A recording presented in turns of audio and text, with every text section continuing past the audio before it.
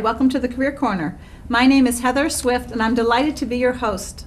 The purpose of the Career Corner is to help move people from career distress to career success. Today I'm speaking with Rod Williams, co-founder and president of Best Talent Management Solutions. Rod Williams is a managing principal, and the name BEST stands for Building Empowered Superior Talent. They're New Jersey based but offer customized career management and career transition services with an emphasis on diversity and practices of global inclusion. Say that 10 times fast. Rod, thank you for being on the Career Corner today. Glad to be here, Heather. So congratulations on the birth of BEST. Thank you. So when did you launch? March 1st of 2011. Oh, great. So it is a very fresh birthday to be celebrating. It is, although I'd say it has been some time in the making, so it was actually good to finally, as you say, birth the process. Yeah, absolutely. How did this come about? Well, it came about from myself and my partner, who was Greg Smith. We have had extensive experience in a number of fields connected to human resources, to outplacement, to operations, and so we got to a point where we recognized it was time to effectively take advantage of what we've been blessed to have as far as our opportunities.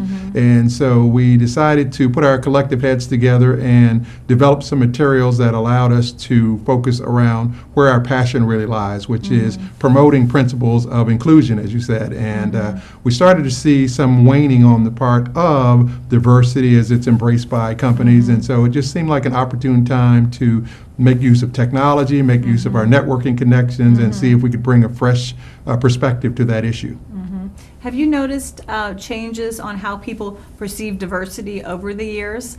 I think many times people think it's just a black or white issue or just a pigment issue, but there's so much more beyond that. Can you please talk to that? And that's such a great question, because one of the things that is and does continue to go under the radar, and I think one of the reasons why it has lost some of its luster, is because we don't tend to recognize as a society that on some level all of us represent a diversity. And so when you look at areas such as GLAD, you look at areas such as disabled veterans, you look at areas such as the Latino Hispanic community, not to mention African Americans, Native Americans, there are just so many different variables that when you really go across the spectrum, you effectively find that at some level we're all a diversity. And it was one of the things that I think makes this country continue to be great. And what we really try to emphasize is that the more we can embrace our differences rather than emphasize our differences, we are going to be effectively able to celebrate those areas and become stronger, both from corporate standpoints as well as individually. I like it. That sounds good. How can you help organizations show up differently? What are some tools that you all want to bring to the corporate sector through BEST?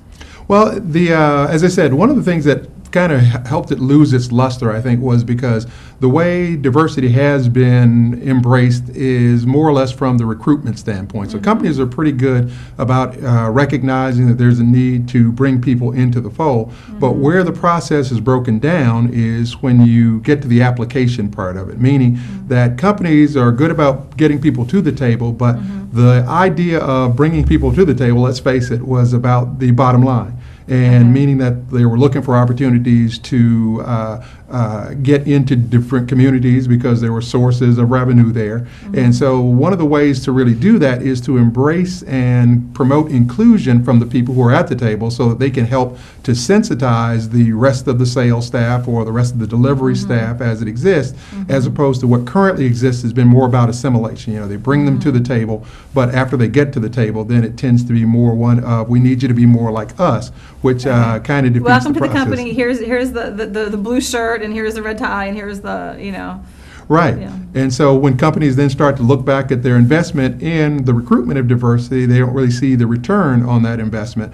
And so what we have really brought to this is a different and more fresh perspective to say that even if you continue with your principles of how you bring people in, which in a lot of instances have worked quite well, what do you do once they're there to create an opportunity for them to share with the majority, if you will, how to approach their particular spectrum of diversity. So if I'm a disabled veteran, you should talk to a disabled veteran about what the issues are and how to really impact that population. If I am a member of the gay and lesbian community, then you should talk to people from that community about how you go about understanding and approaching that community. And so that's what we bring to the process, because I've been a minority all my life. No way. What minority is that? Wouldn't that be surprised you take off the mask? Hey, he's a female. When companies are hiring candidates based off, okay, females, check. African American, check. Hispanic, check. And you mentioned perfectly how people come in, but all of a sudden everyone's supposed to fit one particular mold instead of looking for the value of that. Patrick, my husband, Patrick Swift, had his book come out about the threads throughout faith and the oneness within that.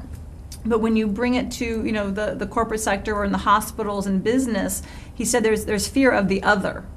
So, you asking people to cross those lines and say, well, what's it like for you? What are your issues? What are some talking points people can do that? Like how I've always felt very comfortable when we work together asking you, what does it feel like now having an African American running for president? So I feel like having a woman running for president. Let's talk about this. And I really enjoyed our political conversations. But some people don't feel comfortable doing that. They don't want to offend somebody. They don't know what is the right way of asking, but you only get to know what it's like if you ask, what is it like in this person's shoes? Because I don't know. I have many different kinds of friends from all of these buckets, groupings that you've mentioned, but until you really get to pry in and say, how can I help, or what are the obstacles? So can you share some ways of doing that for people that maybe don't feel as comfortable, and from the business side as well? Sure, another great question, because in essence what we like to focus on is the idea that you've got to create an environment. And one of the ways that you create that environment is by letting everyone know that up front, you're all representing a diversity. And so the more people can acknowledge that, at some level, I'm also a minority. And so because each person sitting at that table, whether they be Italian American, whether they be Irish American, whether they be Jewish American, there is some subset of the population that they belong to. And at one point, we were all the low men on the totem pole. Precisely, really? precisely. Yeah. And so when you can we've got icebreakers and exercises that will allow people to understand that at some level, since we all represent a uniqueness of personality, then we take it the next step of say, okay, so now let's start to look around at the areas in which we are the same. Because then you'll start to notice that if you look at things such as where people went to college, or where they currently live, where they what faith they might be. And so then you start to emphasize that just as there are unique qualities, there are also a lot of same qualities. And when you can get people to start to acknowledge those two sides of the same coin, then it becomes a little more easy to say, well, you know what, since I realize that I do have something in common with that individual, I should find a way, and it helps me to relax when I decide to ask a question, because in essence we've already established that we've got a commonality, so it makes it a little easier to have those conversations, which is just a natural part of human nature. Yeah, absolutely. I have found that being a working mom, becoming a parent, is an immediate bond I have with women all over the world. We have a kid, we have someone else that we would throw ourselves in front of a bus for in a heartbeat. Pet owners, they love their pets. So, that's their baby, and people with certain hobbies that bind. So it's even looking for the simple things, don't you think? Exactly. And that's the way we approach it. That in essence, when we start to examine who we are, and that's another one of the great things about being in this country, is that we do have such a panorama of interest and hobbies and things that allow us to gravitate toward what what we'll call our avocational passions are, that we can always find those similarities, and even if it's things like sports teams, we tend to find people. There's a huge one. So when we start to look across that panorama there, we can start to really easily identify that there are areas that are much more common to us than we start to think about, because unfortunately we live in a society that tends to be more polarizing, because it's I guess it's the old saying that they make money off of differences, but inside the corporate arena, then in essence that can actually be a sort of self-fulfilling prophecy, that if we bring that same kind of outside mindset into the workplace, then it becomes, it undercuts the efforts to be efficient and productive and profitable. What size organization do you see as your sweet spot? Or the topics you're mentioning are so broadly needed by such a wide spectrum, but how are you marketing best to what kind of sector?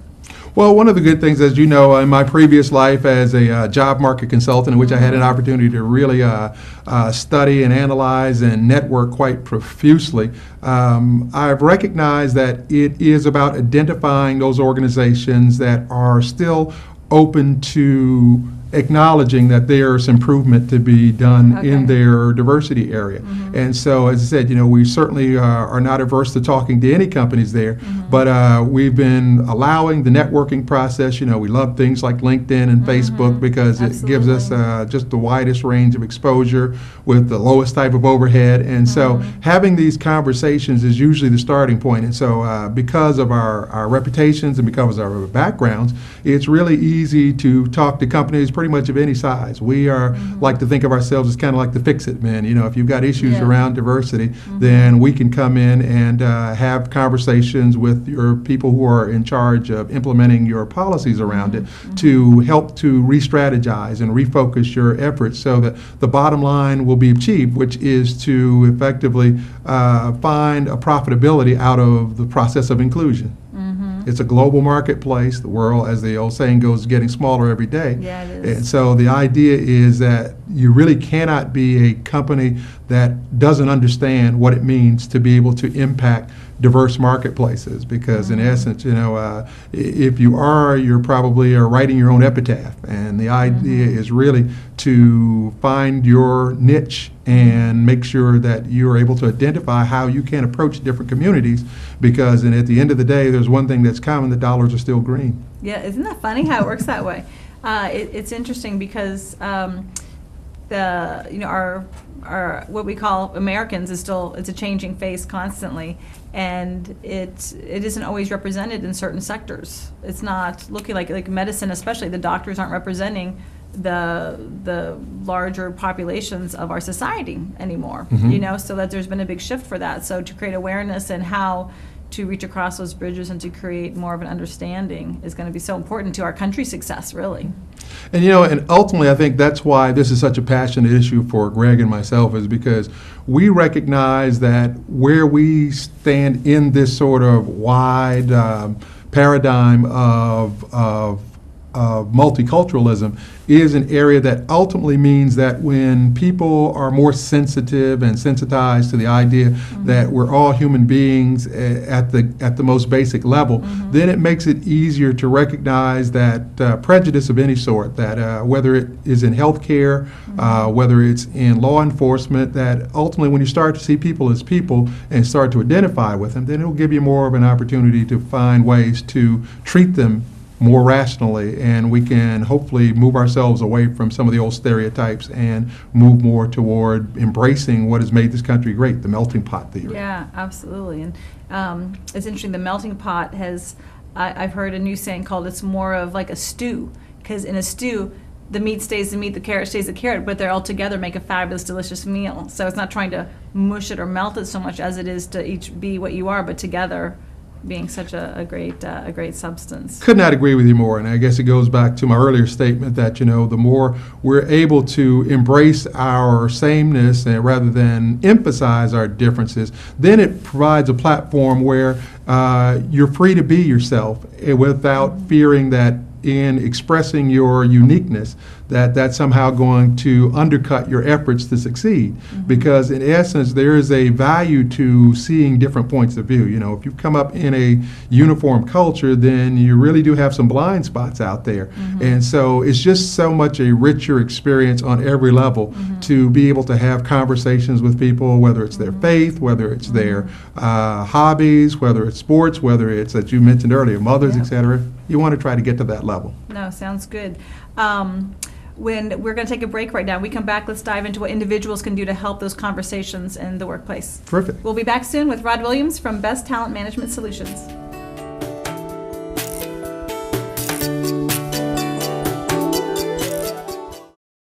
Is your home in foreclosure?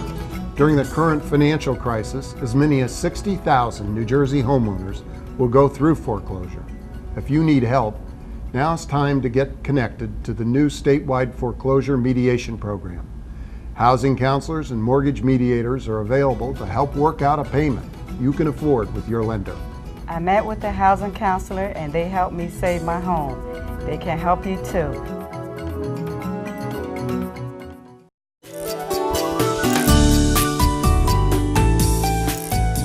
Hi, welcome back to the Career Corner. My name is Heather Swift, and today I am interviewing Rod Williams, Managing Principal for Best Talent Management Solutions. We're discussing diversity and how to make it work in your workplace. So Rod, can you please talk to how can people make that be an asset, their diversity, in whatever way their diversity is?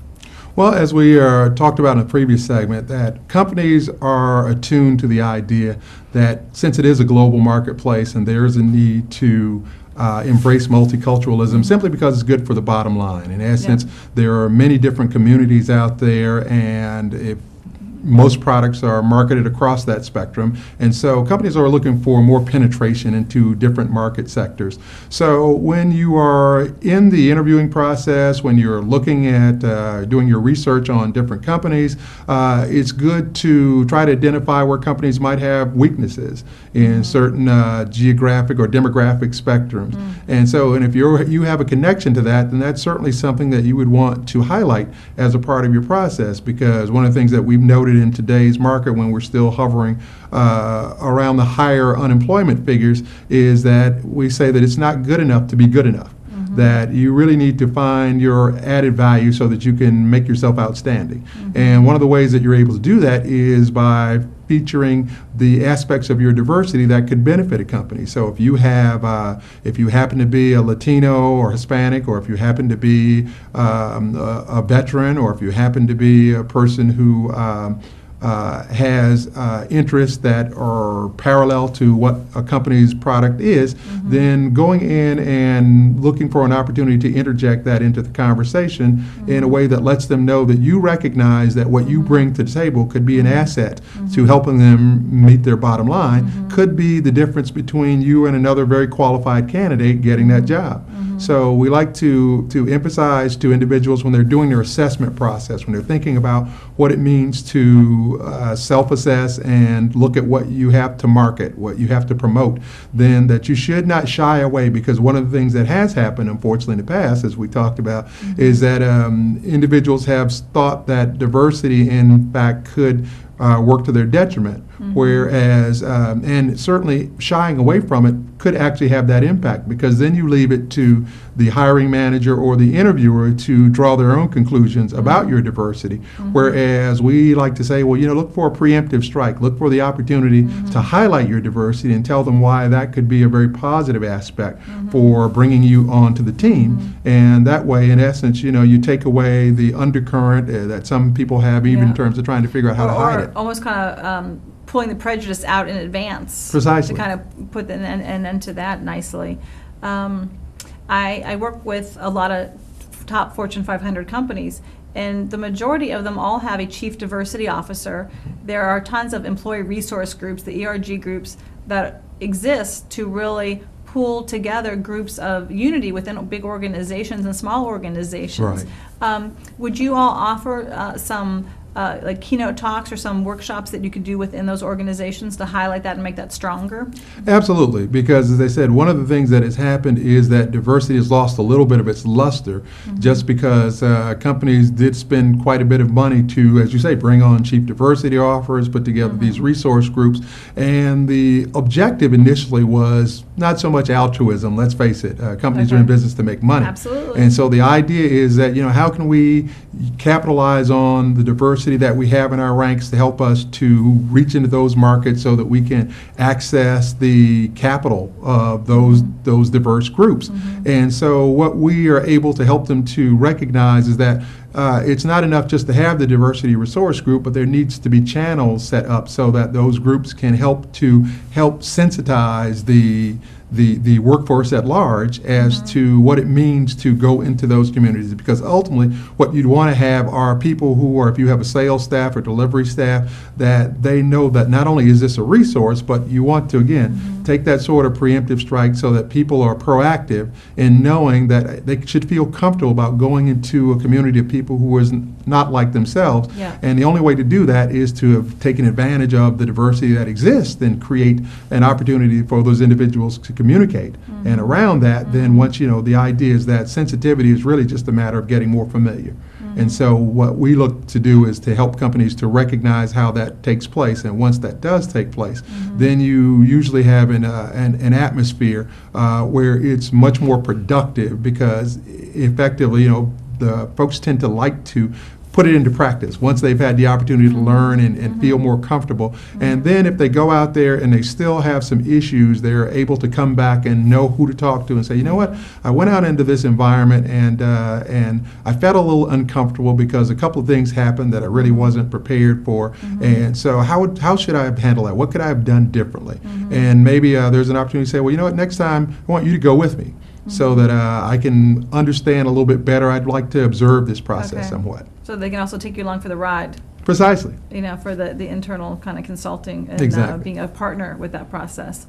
I have a colleague who found herself in a wheelchair after she hurt her ankle for a while. It was I think it was 2 years ago. And she was in a shopping mall, and she didn't realize how inconvenient it is to have to be in a wheelchair. And she's very tall, but she could barely see over the makeup counters and had to ask people for help.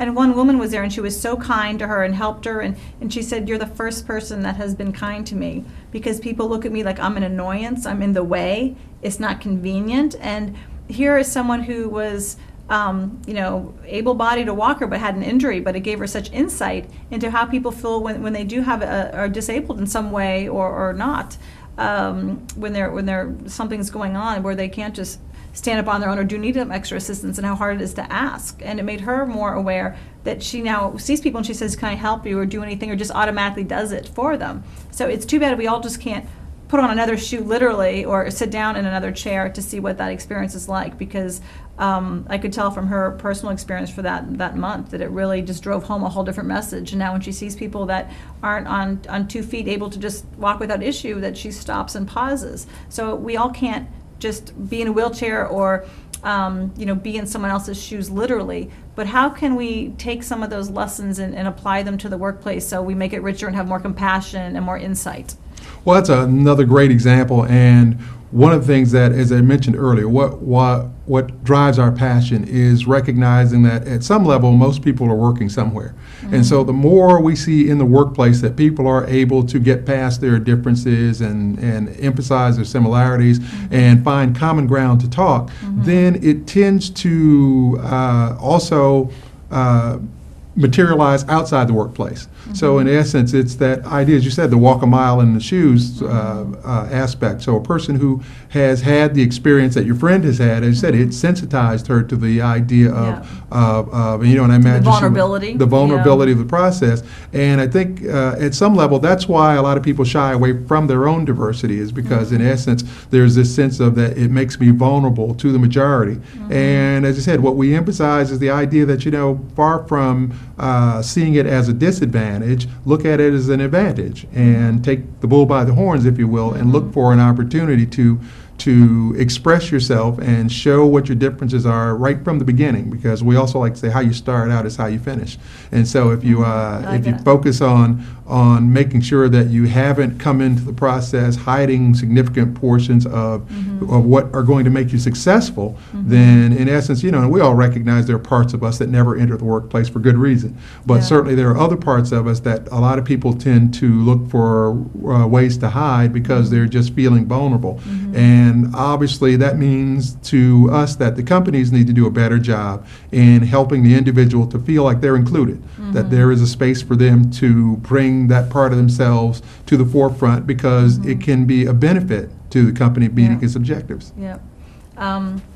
Many countries around the world have had women presidents, many different people that maybe didn't represent the majority. So America has their first African American president. How have you seen that shift in company culture for the better and for the worse?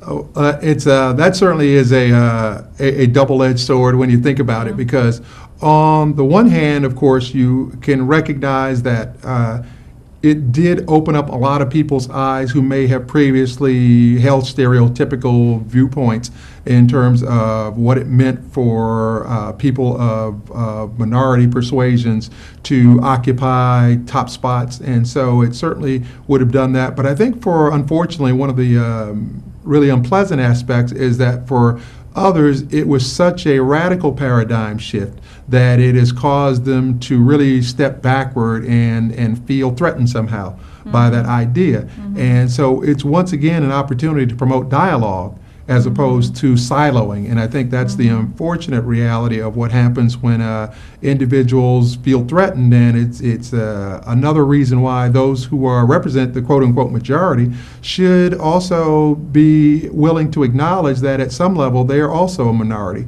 And when they're able to do that, then it tends to, as you talked about your friend, once you can see yourself in a different light, then it helps to make you more sensitive to the plight of others that you may have seen as radically different from yourself, but now you actually understand that, you know what, at our gut level, we're just human beings. And so when we approach it from that perspective, it gives us a lot more commonality. You know, I think it's one of the reasons why when we're attacked on like a 9/11, that on those days we're all Americans as opposed to any minority group.